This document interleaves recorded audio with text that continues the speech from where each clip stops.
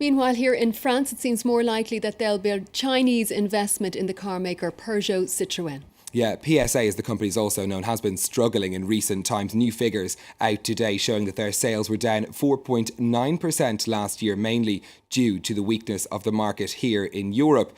But yesterday, the company's supervisory board met in Paris to discuss options to raise some €3 billion worth of capital the company needs.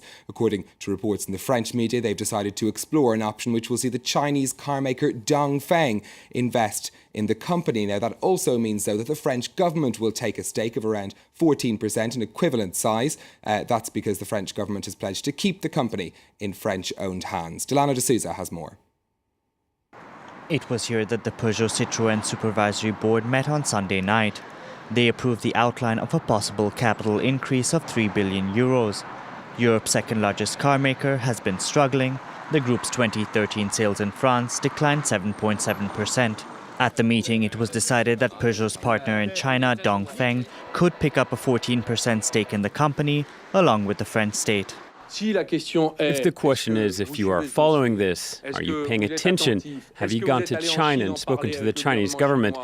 To all these questions, I respond yes. And if you're asking an ultimate question, will PSA stay French? My answer is PSA will stay French. Dongfeng and the French state would be allowed to invest around €750 million each in the company's shares.